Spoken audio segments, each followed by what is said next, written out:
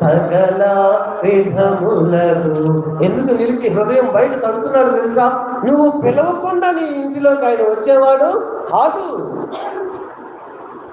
సర్వ సృష్టి ఆయనదే, కానీ ఆయన భూమి మీద ఉన్నప్పుడు నీకోసం ప్రాణం పెట్టడానికి వచ్చినప్పుడు ఆయన తలవాల్చుకోవడానికి చోటు, నక్కలకు పొరియలు ఉన్నాయి, ఆకాశ పక్షులకు గుళ్ళు ఉన్నాయి, కానీ మనుష్య కుమారుడు తలవాల్చుకోవడానికి కూడా ఎందుకో తెలుసా? ఆయన నీ హృదయంలో తలవాల్చాలని కోరుకున్నాడు, ఏ ఇంటిలో కాదు. చివరికి ఆయన చనిపోతే నీ కొరకు నా కొరకు ఆయనను పెట్టడానికి కూడా ఆయన కొరకు సమాధి. ఎందుకో తెలుసా? ఆయన నీ హృదయంలో ఉండాలనుకున్నాడు. అందుకని నీ హృదయమును నాకిమ్మని అడిగాడు. ఆయన కోరింది వెండి బంగారాలు కాదు, ధనము కాదు, ఆస్తులు కాదు, అంతస్తులు కాదు. ఏం కోరాడో తెలుసా?